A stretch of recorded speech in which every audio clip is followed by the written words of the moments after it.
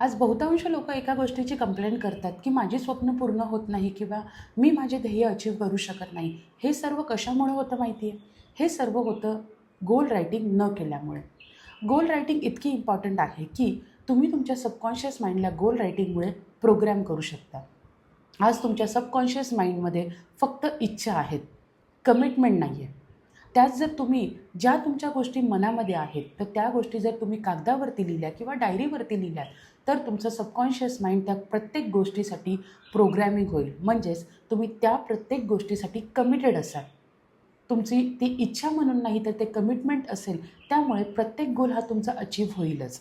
मग गोल हे कसे असले पाहिजेत?